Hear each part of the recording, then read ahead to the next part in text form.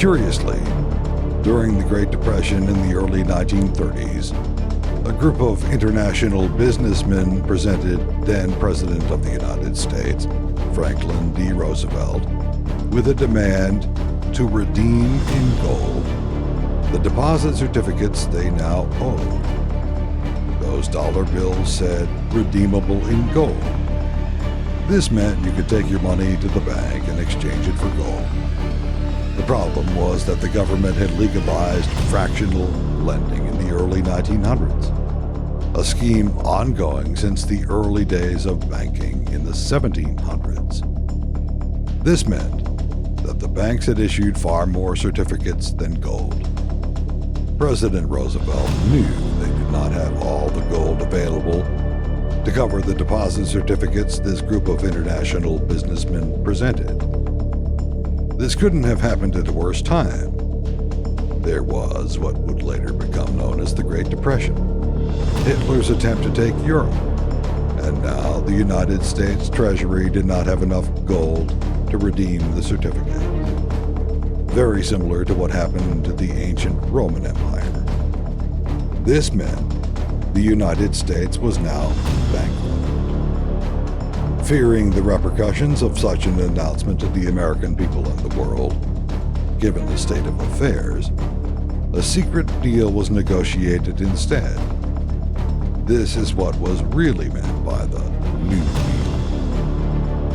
The group of international businessmen would accept full ownership of the Federal Reserve Bank, moving it from a public trust to a privately owned and operated bank, just as they had already done to the Bank of France, the Bank of England, and other banks all around the world using similar takeover strategies.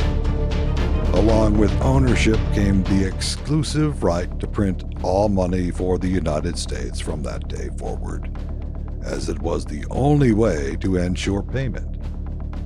With Executive Order 6073, reopening banks on March 10, 1933, the United States had a new overlord. This was in the backdrop of the bank runs, closing of the banks, confiscation of the gold, and reopening of the banks in the 1930s under President Roosevelt, and those actions remain in effect until today. As of February 5, 2013, the total combined public debt was $16.481 trillion. As of August 31, 2020, federal debt held by the public was $20.83 trillion. According to the Federal Reserve, as of December 31, 2020, there was $2,040.7 billion in circulation, totaling 50.3 billion notes in volume, meaning the rest of the debt is for interest, and those Federal Reserve notes were never printed. Even if all the Federal Reserve notes were confiscated to pay off the national debt, it would not be enough. Therefore, paying off the nation's debt is an impossibility.